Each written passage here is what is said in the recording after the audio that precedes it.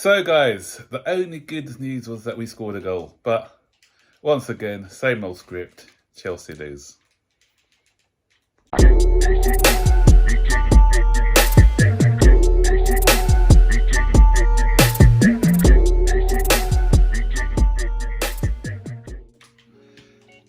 Yeah, so I thought I'll bring out this vintage shirt because this shirt, I think Frank Lampard looked better in this shirt than he does in the suit that he wears in the management dugout.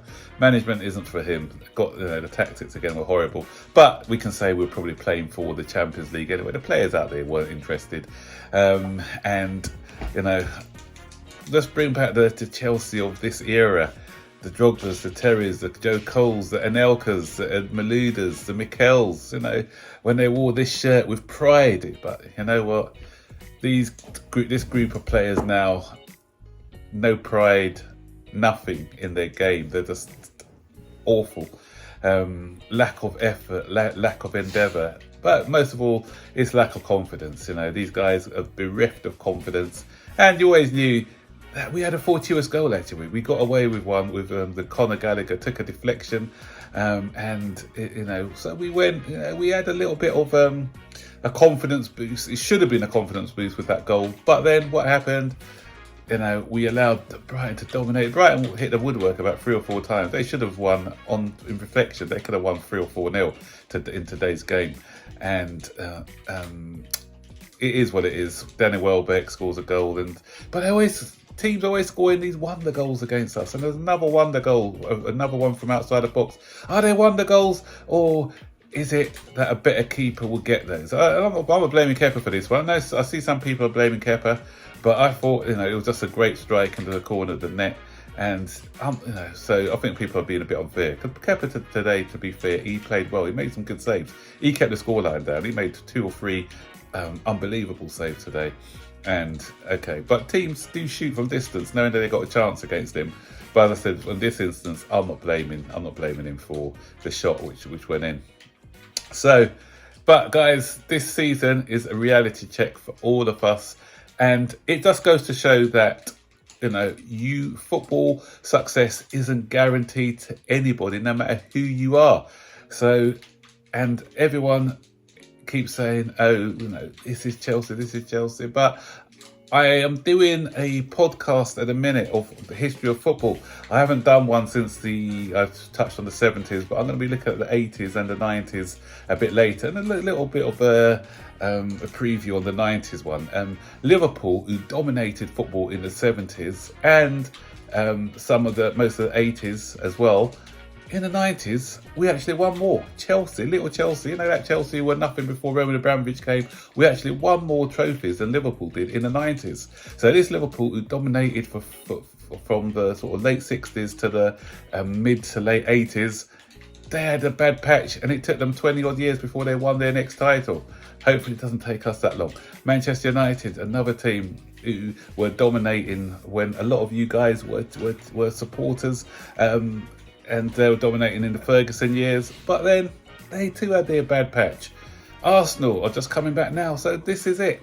Teams go through it. This is our period. This is our bad moment, guys. Hope it doesn't last long, but everyone has bad moments. Rest assured, Manchester City are going to have bad moments, and they're not going to go on forever.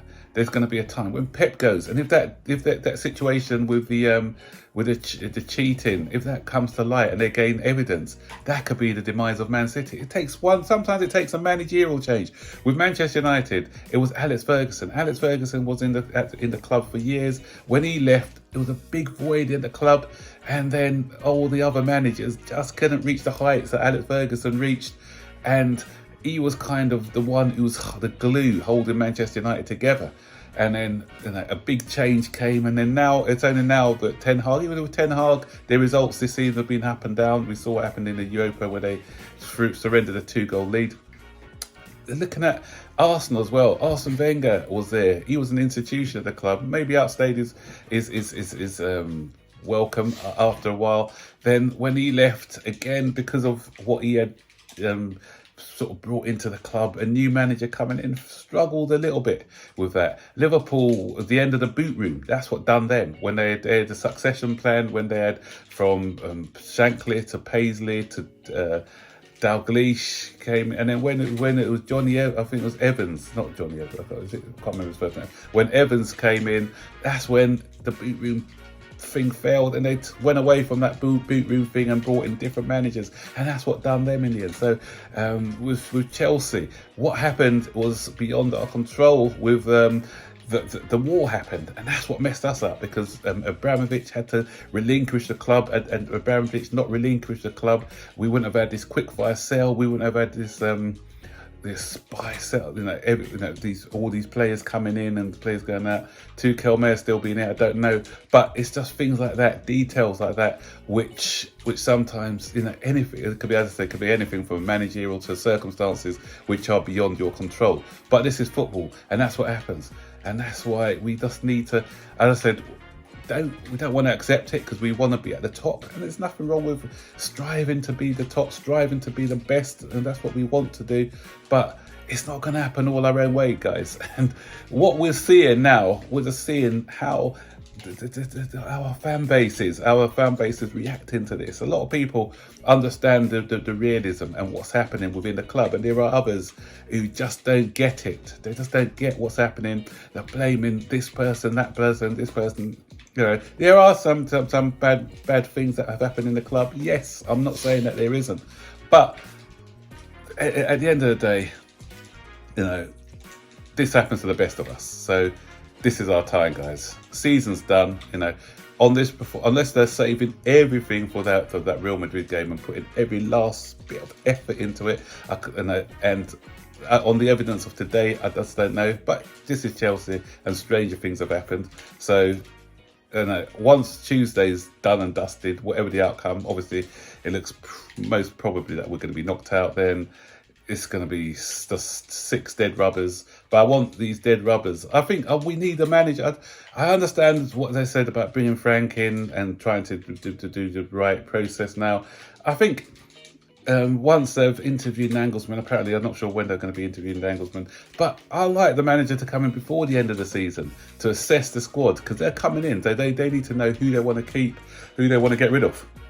So I'd like to see the new manager coming in once that Real Madrid game's done and dusted, or even the game after, because I think we played Brentford, and then we were meant to play Manchester United, and that match has been called off. Let's get him in. Assess the squad, and just get started. No, don't wait till the pre-season. Get him started now, and then he can say, yeah, I want him, don't want him, and then we can plan for next season. So, and there's talk about Enrique, that he was willing to come in straight away for the challenge of playing against Real Madrid. And yeah, as I said, I can understand the club taking their time after the disaster of Graham Potter, but if this guy was impressive in his interview, and if he was willing to come on and take on this job, a job of this task, then I don't see what they had to lose by bringing him in. And you never know, it could have all changed. We could have picked up some results, could have got through the Real Madrid game. We just don't know. But football is like that. So anyway, season's over. I'm cool. I'm calm. I'm not moaning. What's the point in moaning? We're Chelsea. We'll come back. We'll bounce back. Don't know when, but we'll bounce back someday. And I hope it's not 20 years like Liverpool, or 15 years like Arsenal, or whatever. I'm hoping it's sooner than that. But I'm a Chelsea supporter. Win or lose, up the Blues. So I'll see you guys in the next video. So take care. Bye-bye.